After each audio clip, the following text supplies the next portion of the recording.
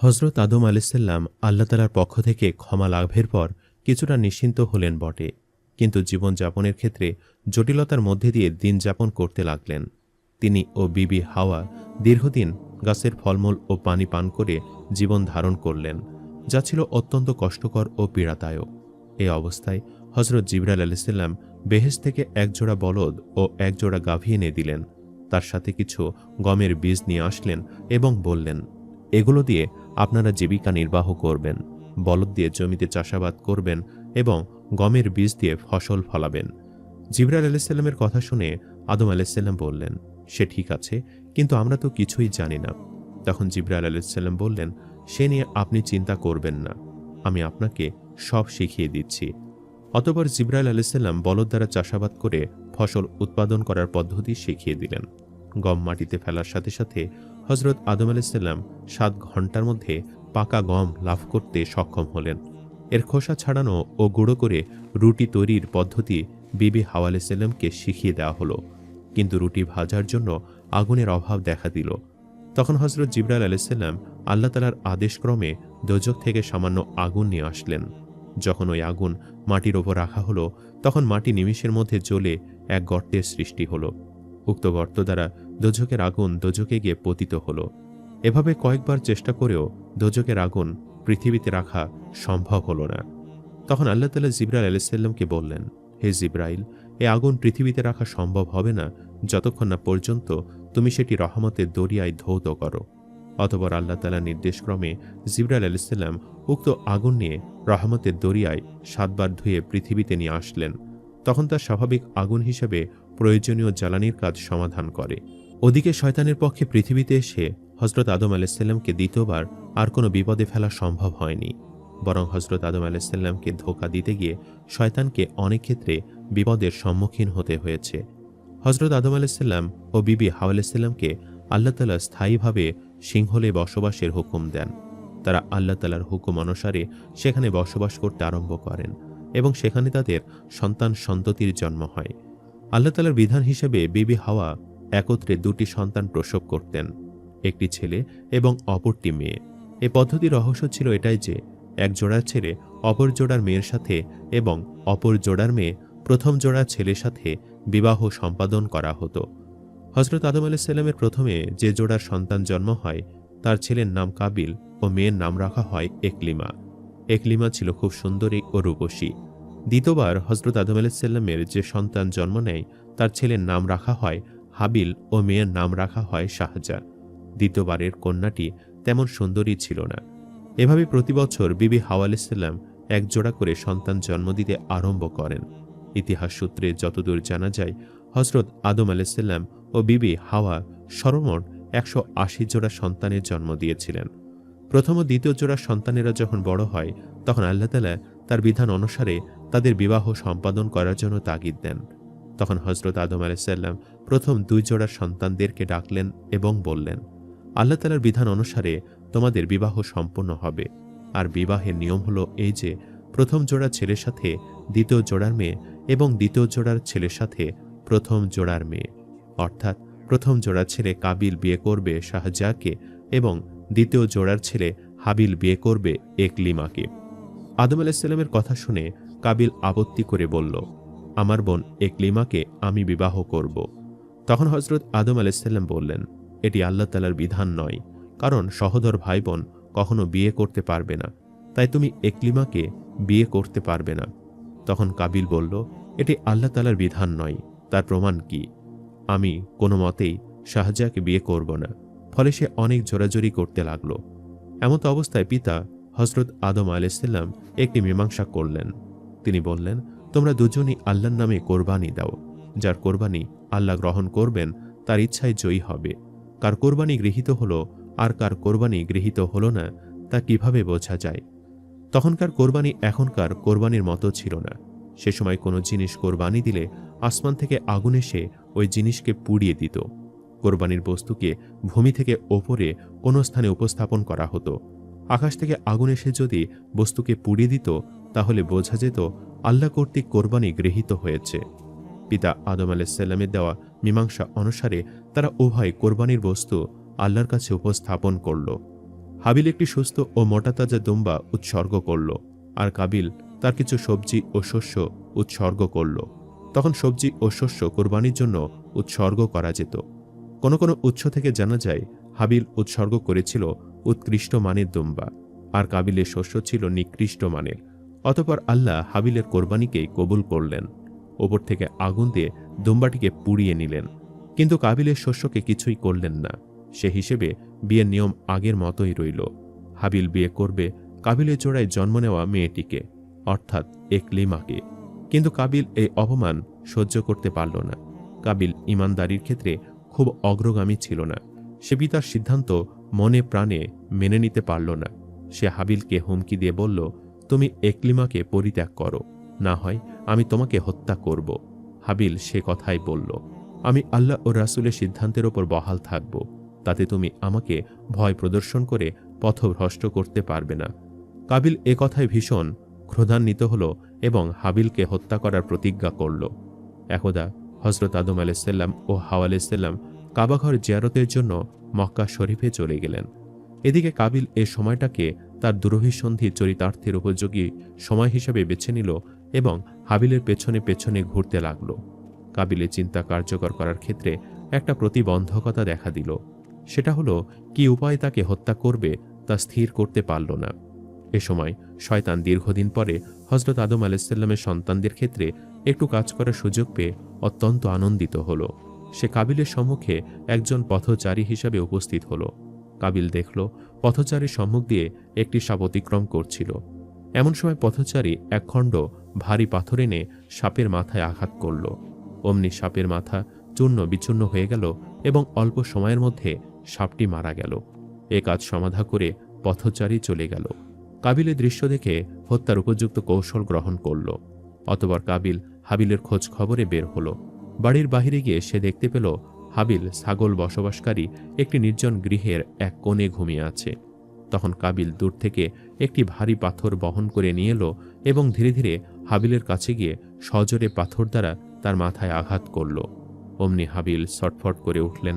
তখন পাথরটি উঠিয়ে পুনরায় তার মাথায় আঘাত করল। এবার সে নিস্তব্ধ হয়ে গেল। হাবিল মৃত্যুবরণ করলেন। প্রাথমিক কাজ সমাধান করে সে দ্বিতীয় আরেকটি সমস্যার সম্মুখীন হল। হাবিলকে হত্যা করা হয়েছে, এখন তার লাশটি কি করা হবে? যদি এভাবে রাস্তার পাশে লাশটি পড়ে থাকে তাহলে তার অন্যান্য ভাইয়েরা এ হত্যার রহস্য অবশ্যই উদ্ঘাটন করে ফেলবে। কাবিল এ বিষয় নিয়ে খুব দুশ্চিন্তাগ্রস্ত হল। এমনকি সে দুই চোখের পানি ছেড়ে দিয়ে অঝর নয়নে কাঁদতে লাগল। এমন সময় সে একটু দূরে দেখতে পেল দুটি কাক ভীষণ যুদ্ধে ও মারামারিতে লিপ্ত। কিছুক্ষণ মরণপণ যুদ্ধ করার ফলে একটি কাক মৃত্যুবরণ করল। হত্যাকারী কাকটি ঠোঁট ও পাতারা মাটিতে একটা বড় গর্ত করে নিল এবং মৃত কাকটিকে টেনে এনে সে গর্তের মধ্যে ফেলে ওপরে মাটি ঢেকে দিল। এ সমাধা করে কাকটি উড়ে চলে গেল। কাবিল এ দৃশ্য দেখে নিজের জন্য পথ পেয়ে গেল। তাড়াতাড়ি সে নিকটবর্তী স্থানে একটি কবর খনন করল এবং তার মধ্যে হাবিলকে রেখে মাটি চাপা দিল। কাকের ঘটনাটি সম্বন্ধে তাফসির কারকগণ লিখেছেন যে কাক দুটি ছিল আল্লাহর ফেরেশতা। এ ফেরেশতা পাঠিয়ে আল্লাহ তাআলা মৃতদেহকে কিভাবে দাফন করতে হবে তা পৃথিবীর মানুষকে শিক্ষা দানের জন্য এ ঘটনা অবতারণা করেন। যেহেতু ইতিপূর্বে এ পৃথিবীতে আর কোনো মানুষ মারা যায়নি, এটাই মৃত্যুর প্রথম ঘটনা। অতএব মৃত্যুর পরের বিধান ও নিয়ম সম্বন্ধে কারো কোনো জ্ঞান ছিল না। তাই ওইভাবে আল্লাহ তাআলা মানুষকে শিক্ষা দিয়েছেন। এছাড়া হত্যা করা ও নৃশংসতার ঘটনাও পৃথিবীতে এটাই সর্বপ্রথম। কাবিল সব ঝামেলা শেষ করে নিশ্চিন্ত হল। এবার সে মহানন্দে একলিমাকে বিয়ে করবে। পৃথিবীতে তার আর কোনো প্রতিবন্ধকতা নেই। তাই মনের আনন্দে সে পথ চলতে আরম্ভ করল। হঠাৎ আল্লাহ তাআলার ইঙ্গিতে তার হাঁটু পর্যন্ত মাটির মধ্যে গেড়ে গেল। কাবিল তা ওঠানোর জন্য যথেষ্ট চেষ্টা করল। বারবার আল্লাহ তাআলার নাম স্মরণ করল এবং তার করুণা ভিক্ষা চাইল। তখন আল্লাহ তাআলা বললেন, ভাইকে হত্যা করেছ, তার শাস্তি হলো জীবন্ত অবস্থায় তাকে মাটিতে পুঁতে ফেলা। তাই তোমার অন্তিম সময় এসে গেছে, কোনো ক্রমে তোমার রেহাই নেই। তখন কাবিল অনুনয়ের স্বরে বলল, হে পরওয়ারদিগার, বেহেশতে শয়তান আপনার নিষেধ অমান্য করে হজরত আদম আলাইসাল্লামকে নিষিদ্ধ গাছের ফল ভক্ষণ করিয়েছিলেন। তার উপর তো এত বড় শাস্তি অবতীর্ণ হয়নি। এছাড়া হজরত আদম ও হাওয়া আলাইসাল্লাম সরাসরি আপনার আদেশ লঙ্ঘন করল, তাদেরকেও এত বড় শাস্তি প্রদান করেননি। সেখানে আমার উপর এত বড় শাস্তি চাপানো কি অন্যায় নয়? তখন তাকে জবাব দেওয়া হলো, তারা কেউ রক্তের বন্ধের ভাইকে হত্যা করেনি। তোর অপরাধের তুলনায় তাদের অপরাধ শতভাগের 1 ভাগ। এরপরে কাবিলের কোমর পর্যন্ত মাটি গ্রাস করে নিল। সে বলল, আমার পাপকার্যের ধরন সর্বনিকৃষ্ট, অতএব আমাকে আল্লাহ তাআলা চরম শাস্তি দিবেন। তাই সে চিৎকার দিয়ে আল্লাহ তাআলার দরবারে আরজ করল, হে মহান প্রভু, আপনি আমার পিতা হযরত আদম আলাইহিসসালামকে যে উসিলায় ক্ষমা করেছিলেন, আমি সে কালিমা পাঠ করছি, লা ইলাহা ইল্লাল্লাহু মুহাম্মাদুর রাসূলুল্লাহ। এখন এই কালিমার বরকতে আমাকে ক্ষমা করুন। এরপরে কাবিলকে ছেড়ে দেওয়ার জন্য আল্লাহ তাআলা মাটিকে হুকুম দিলেন। অমনি মাটি তাকে ছেড়ে দিল। এবার কাবিল নিজেকে পাপমুক্ত মনে করল, তাই সে একলিমাকে ধর্ষণ করতে অগ্রসর হল।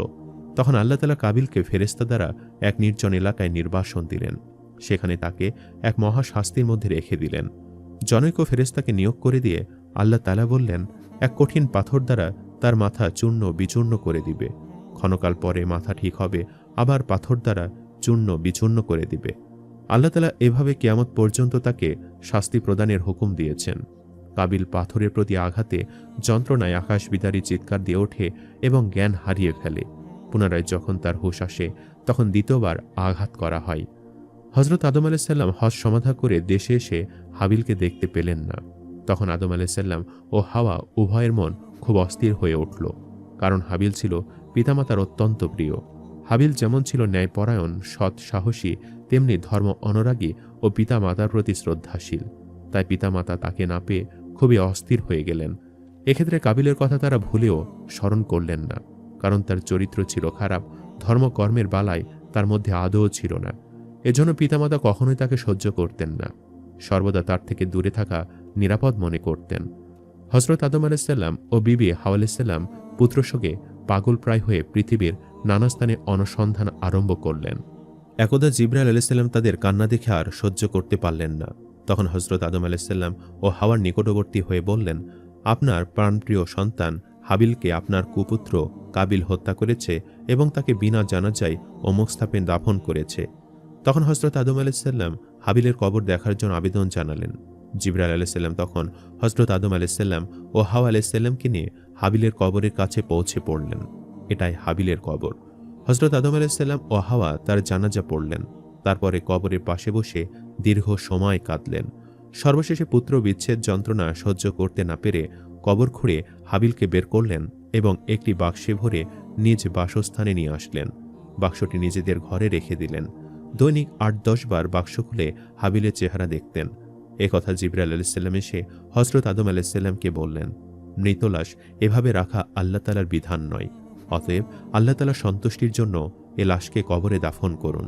হযরত আদম আলাইহিসসালাম ও হাওয়া অন্যান্য সন্তানদেরকে নিয়ে আরেকবার জানাজা পড়ে নিজ ঘরের মধ্যে একপাশে হাবিলের লাশ দাফন করেন।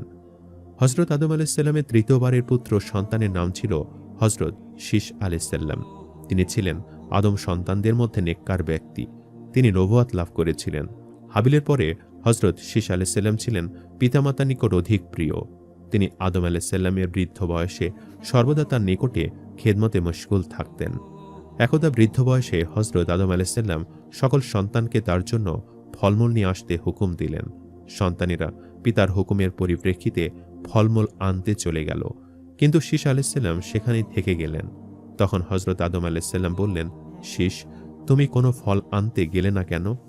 তখন হযরত শীস আলাইহিসসালাম বললেন, আব্বাজান, আপনি বেহেশতের মধ্যে অত্যন্ত সুস্বাদু ফলের স্বাদ গ্রহণ করেছেন। এখন এই পৃথিবীর স্বাদবিহীন ফল আপনার সম্মুখে পেশ করতে আমার লজ্জা হচ্ছে, তাই আমি ফল আনতে চাইনি। এছাড়া আপনি একজন অদ্বিতীয় নবী। আপনি যদি বেহেশতি ফল খেতে আশা করেন এবং আল্লাহ তাআলার নিকট পেশ করেন, তবে নিশ্চয়ই আল্লাহ তাআলা আপনার জন্য বেহেশতি ফল প্রেরণ করবেন। হযরত আদম আলাইহিসসালাম শীস আলাইহিসসালামের কথা শুনে বললেন, প্রিয় বৎস, আমি আল্লাহ তাআলার নিকট গন্ধম খেয়ে যে অপরাধ করেছি, তাতে দ্বিতীয়বার পূর্ণ খাবারের জন্য কিছুই আবেদন করতে আমার ভীষণ লজ্জা হয়। তার চেয়ে বরং তুমি নিষ্পাপ ছেলে আল্লাহর দরবারে প্রার্থনা করো। তখন শীস আলাইহিসসালাম আল্লাহ তাআলার দরবারে কিছু ফলমূলের জন্য প্রার্থনা করলেন।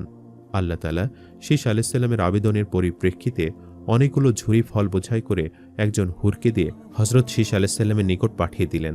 হুর শীস আলাইহিসসালামের নিকটে এসে বললেন, আল্লাহ তাআলা আমাকে সহ সব ফলমূল আপনার জন্য প্রেরণ করেছেন।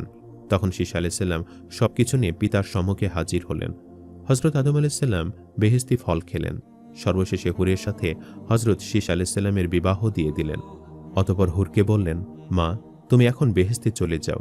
যেহেতু পৃথিবীতে তোমার উপযোগী পরিবেশ নেই, তোমার সাথে একদিন বেহেশতে শীষের মিলন হবে, পৃথিবীতে নয়। তখন হুর সালাম দিয়ে বিদায় গ্রহণ করলেন। হজরত আদম আলাইসাল্লাম প্রায় 1200 বছর জীবিত ছিলেন। এর মধ্যে তার 650 সন্তান জন্মগ্রহণ করে। সন্তানদের অধিকাংশকে তিনি নিজ পার্থিব ও পারলৌকিক তালিম দান করেন। তার সন্তানদের মধ্যে কাবিল ছাড়া সকলে ঈমানদার ছিলেন। হজরত আদম আলাইসাল্লাম জীবনের শেষ দিকে মোটামুটি আরাম আয়েশেই কাটিয়েছেন। তিনি নিজে নবী হওয়া সত্ত্বেও হজরত মোহাম্মদ সাল্লাল্লাহু আলাইহি সাল্লামের উম্মতের অন্তর্ভুক্তির ভাগ্য লাভ করেন। 3 দিন রোগ ভোগের পর ইহলোক ত্যাগ করেন। তাকে সিংহলের এক সুরম্য স্থানে দাফন করা হয়। মানুষ পৃথিবীর বিভিন্ন দেশ থেকে তার মাজার জিয়ারতের লক্ষ্যে সিংহল যাত্রা করে থাকেন। আজ পর্যন্ত তার মাজার জিয়ারতের কার্য অব্যাহত রয়েছে। সম্মানিত দর্শক, ভিডিওটি আপনাদের কাছে কেমন লেগেছে তা আমাদের কমেন্ট করে অবশ্যই জানাবেন। আর সবাই আমাদের সাথেই থাকবেন। আজ তাহলে এই পর্যন্তই। আপনারা ভালো থাকবেন, সুস্থ থাকবেন। আল্লাহ হাফেজ।